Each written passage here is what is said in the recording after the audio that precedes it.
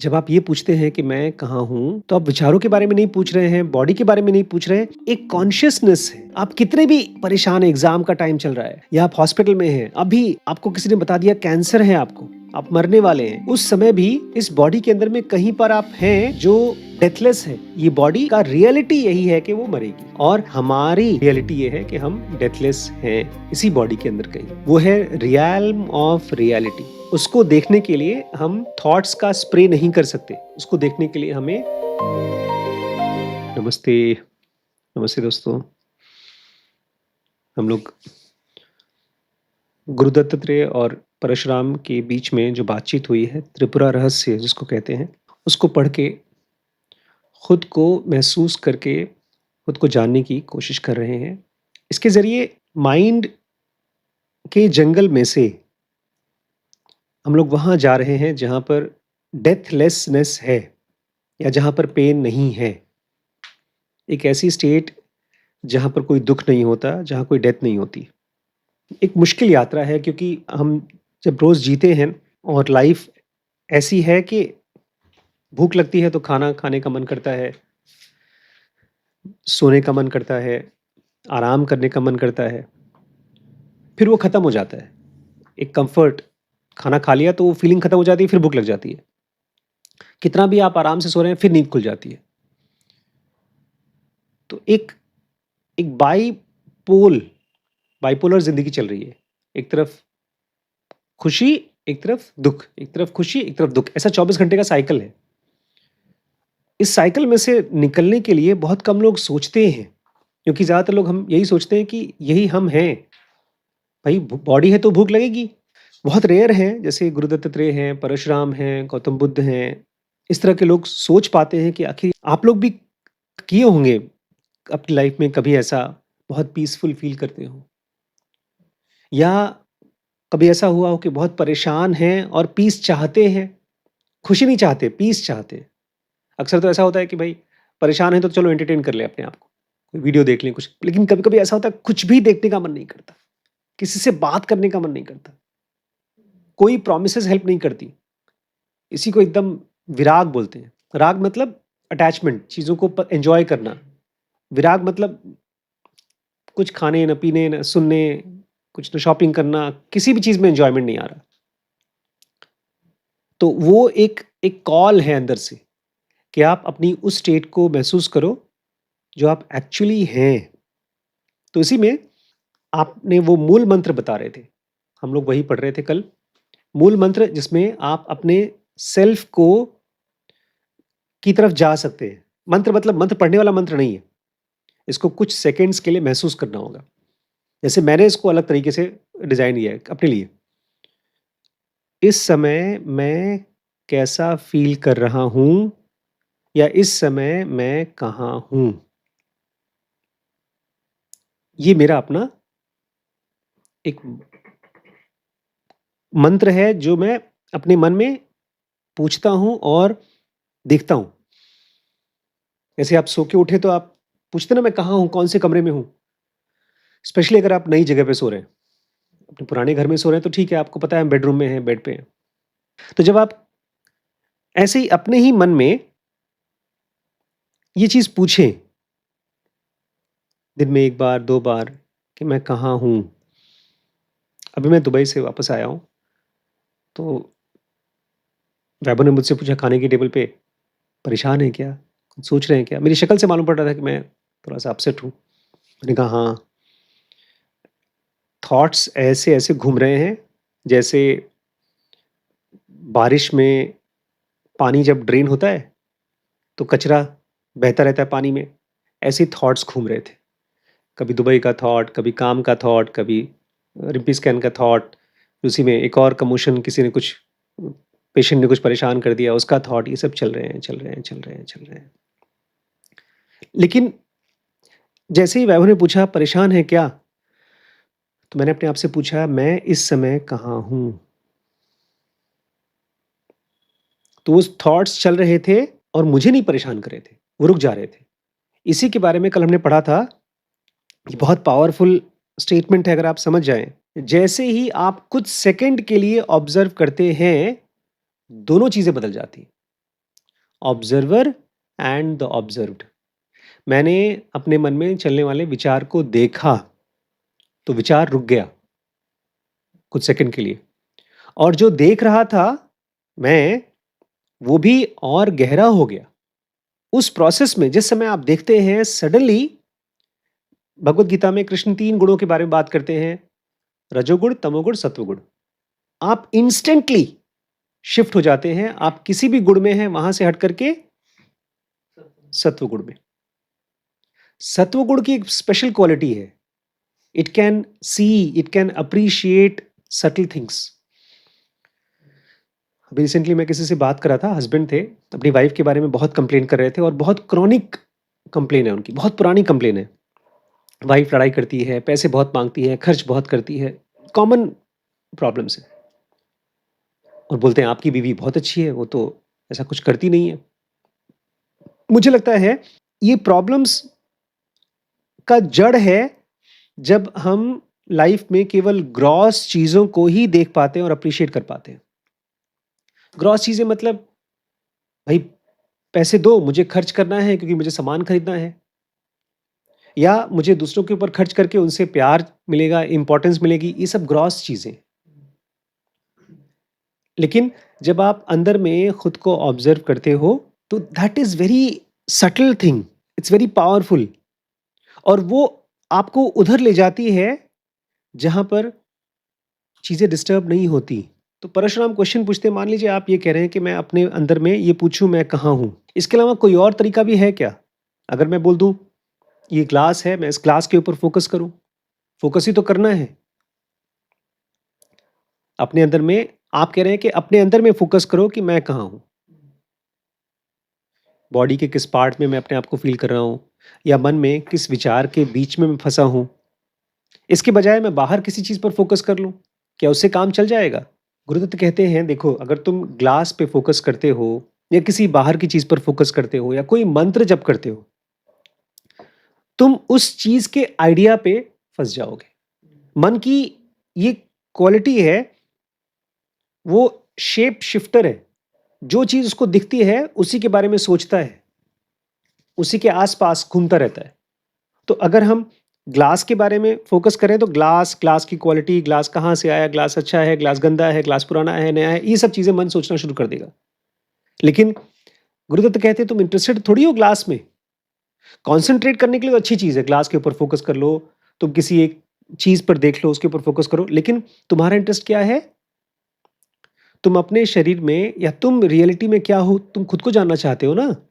देखिए, ये जो ब्रेन है ना, उसमें ढेर सारे ऐसे न्यूरॉन्स हैं जो बेचारे नौकर की तरह हैं।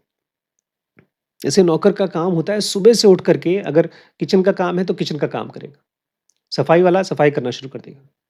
वहां मैं दुबई मॉल में था, भैया देख रहा था हर एक आदमी जब टॉयलेट में से बाहर आता है तो बेचारा जाकर के सफाई करता है अंदर, एवरी टाइम। यूजुअली लोगों का टाइम होता है कि आप एक एक दो दो घंटे के बाद सफाई करते हैं, बोलते हैं नहीं। वहां पर ड्रेस पहने थे उन्होंने, सूट टाइप के कुछ, हर एक आदमी के बाहर आने के बाद अंदर जाके सफाई कर रहे थे। हमारे ब्रेन की जो न्यूरॉन्स अभी है, उसका काम है वर्कर्स की तरह काम करना, सोचते रहना, सोचते रहना, सोचते रहना, या फील करते रहना, फील करते रहना। इसको गुरुदत्त कहते हैं शेल ऑफ इग्नोरेंस। अगर आप सोच रहे हो, जैसे मैं अगर ये सोचता हूँ कि यार मेरा काम कैसे बढ़ेगा, मेरे व्यूज़ कैसे आएंगे, मेरी वाइफ क्यों परेशान है, मेरा बिजनेस मेरे मरने के बाद कौन संभालेगा, क्या मोदी गवर्नमेंट मेरे काम को रोक देगी, या कौन सी गवर्नमेंट आएगी, गरीबी कब खत्म होगी, अरे एम्प्लॉयमेंट जा रही है, अमेजोन ने इतने लोगों को निकाल दिया, इस तरह के थॉट्स चलते रहते हैं, और अक्सर भाई वो सही भी होते हैं, लेकिन वो हमारी रियलिटी नहीं है। अगर आज मेरे पास अच्छी नौकरी है, अच्छा घर है, एकदम स्वस्थ परिवार है, तब भी सब कुछ बाहर ठीक होने के बावजूद हमारे ब्रेन के सेल्स क्या करेंगे? वो किसी चीज को लेकर के सोचेंगे, बिकॉज बेचारे नौकर को गंदगी नहीं चाहिए सफाई करने के लिए, वो साफ जमीन को भी बार बार साफ करेगा, उसका मालिक बोलेगा चल साफ कर। दुबई के बारे में मैंने सुना था, सफेद जूता पहनकर पूरे दुबई मॉल में घूम लो, गंदा नहीं होगा, और सच है। हमारे घर में गंदे हो जाएंगे जूते, वो वहां नहीं होंगे। हमारा ब्रेन का काम ही है, मतलब ने उसको सिखाया है, वो इसी चीज़ का बना ही है, उसी न्यूरॉन्स का, कि वो सोचे, सोचे और सोचे।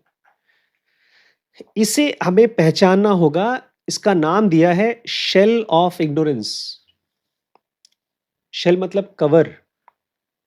अंडा होता है ना, अंडे के अंदर चूज़ा होता है।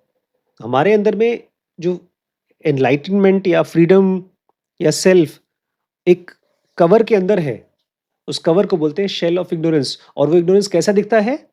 Random thoughts, confusion feels like reality, he doesn't love me, life is very unfair, काश मैंने ये कर लिया होता, उसकी लाइफ बहुत अच्छी चल रही है, मेरा ये काम कब होगा, मेरा बच्चा पढ़ता क्यों नहीं है, ऐसे ढेर सारे थॉट्स। इसकी ज़रूरत थी अगर आप जन्म लेते हैं तो, और अभी भी ज़रूरत है, विचारों की ज़रूरत होती है जब आप किसी चीज़ के बारे में सोचते हैं। लेकिन ये हमारी रियलिटी नहीं है, इसको तोड़ना होगा। जब आप ये पूछते हैं कि मैं कहाँ हूँ, तो आप विचारों के बारे में नहीं पूछ रहे हैं, बॉडी के बारे में नहीं पूछ रहे हैं, एक एक कॉन्शियसनेस है। आप कितने भी परेशान हैं, एग्ज़ाम का टाइम चल रहा है या आप हॉस्पिटल में हैं, अभी आपको किसी ने बता दिया कैंसर है आपको, आप मरने वाले हैं। उस समय भी इस बॉडी के अंदर में कहीं पर आप हैं जो डेथलेस है।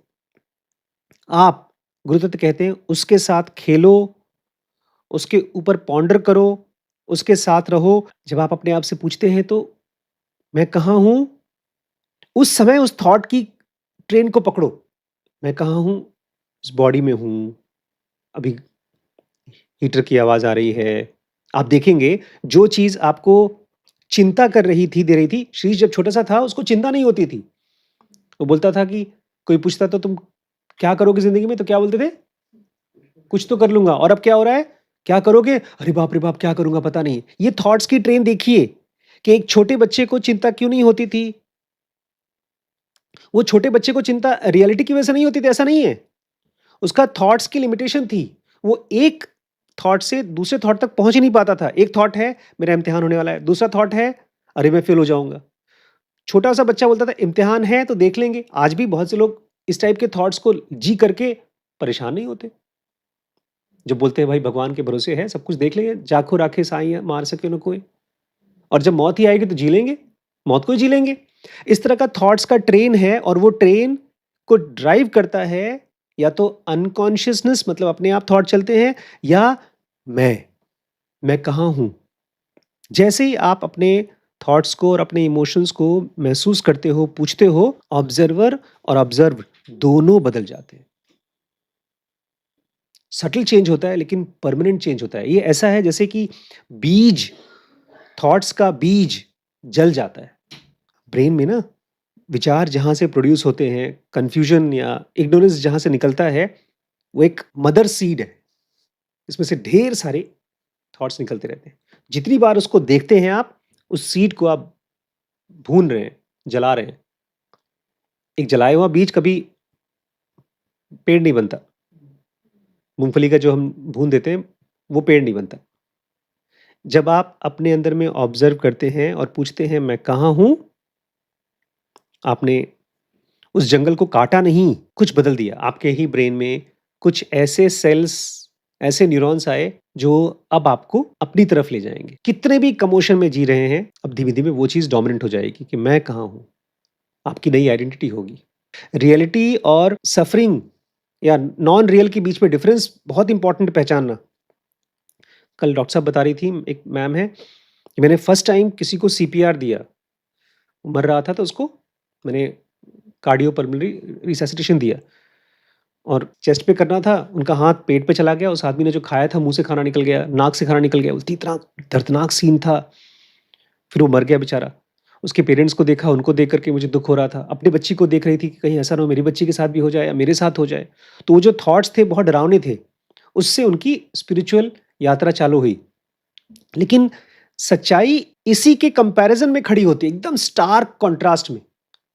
ये बॉडी का रियलिटी यही है कि वो मरेगी और हमारी रियलिटी ये है कि हम डेथलेस हैं। इसी बॉडी के अंदर कहीं है। वो है रियल्म ऑफ रियलिटी। उसको देखने के लिए हम थॉट्स का स्प्रे नहीं कर सकते। उसको देखने के लिए हमें यही पूछना होगा, मैं कहाँ हूँ और मैं कहाँ जा रहा हूँ? क्या सोच रहा हूँ? ये थॉट क्यों आ रहा है? इसको हम क्या कहेंगे? क्या इसको मैं दुःख कहूँगा, जब मेरा माइंड मुझे किसी और से कंपेयर कर रहा है या मुझे मेरे पास्ट से कंपेयर कर रहा है, तो मैं उसको क्या कहूँगा? क्योंकि थॉट्स की ट्रेन का एक्सेलेरेटर भी होता है और ब्रेक भी होता है। जब मैं बोलता हूँ, अरे! उसके पास तो मेरे से अच्छा करियर चल रहा है, उसका फैमिली मुझसे अच्छा चल रहा है, तो वो एक्सेलेरेटर है थॉट्स का, जेलसी का। और जब हम देखते हैं कि अच्छा, अच्छा, रुको, रुको, ये तो कंपैरिज़न है, तो वो ब्रेक है। जैसे ही ब्रेक लगता है, वैसे ही ऑब्ज़र्वर ऑब्ज़र्व्ड बदल जाते हैं। इसी समय मैं कहाँ हूँ? आज मैंने क्या किया? कौन-सी चीज़ ने मुझे सबसे ज़्यादा परेशान किया? अगर ज़्यादा परेशान नहीं हुए, तो हल्का-फुल्का कौन-सी चीज़ ने परेशान किया?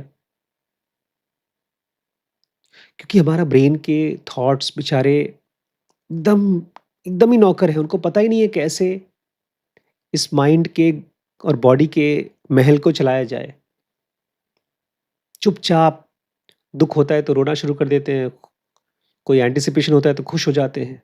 मरने के बाद रोना चाहिए, कुछ मिल जाए तो खुश होना चाहिए।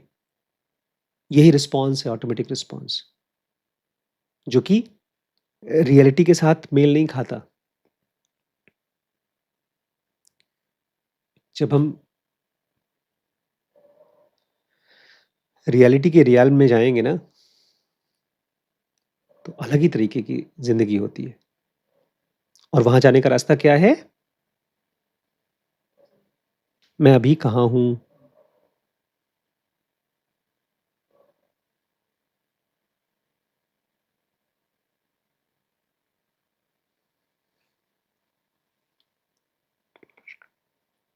दोस्तों, सीरीज़ जो आपने अभी भी देखा, ये dkbrains.com पे अवेलेबल है और अब हमने कुछ नया किया है इस प्लेटफ़ॉर्म पे।